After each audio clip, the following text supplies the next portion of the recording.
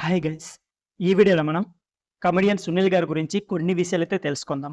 అయితే మీలో ఎంతమందికి కమెడియన్ సునీల్ గారి కామెడీ ఇష్టమో ప్లీజ్ ఈ వీడియోకి ఒక లైక్ చేయడం మర్చిపోకండి. ఇక లేట్ చేయకుండా వీడియోని స్టార్ట్ చేసేద్దాం.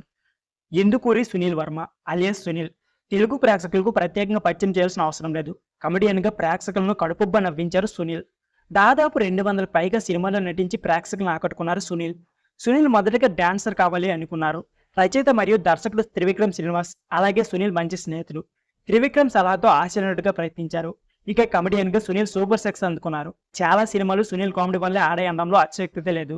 సునీల్ కేవలం నటుడిగా కాక హీరోగా మంచి డాన్సర్‌గా కూడా పేరు తెచ్చుకున్నారు.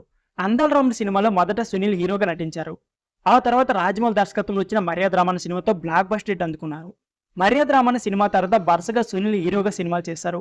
'పూలరంగడు', 'మిస్టర్ పెళ్ళికొడుకు', 'తడాక', 'భీమవరం బుల్లోడు', 'కృష్ణాష్టమి', 'జక్కన్న', 'ఈడు గోల్డ్ హై', 'ఉంగరం రాంబాబు' ఇలా వరుస సినిమాలు హీరోగా చేశారు. కానీ ఆయన హీరోగా సక్సెస్ కాలేకపోయారు. దాంతో ఇప్పుడు తిరిగి కమెడియన్‌గా రాణిస్తున్నారు సునీల్. హీరోగా కమెడియన్‌గా కాదు విలన్‌గా కూడా మెప్పిస్తున్నారు సునీల్. 'పుష్ప' సినిమాలో మంగళం సీన్ పాత్రలు ఆకట్టుకున్నారు సునీల్. ఇదిలా ఉంటే సునీల్ పర్సనల్ లైఫ్ గురించి చాలా తక్కువ మందికే తెలుసు. ఆయన ఫ్యామిలీ గురించి చాలా మందికి తెలియదు.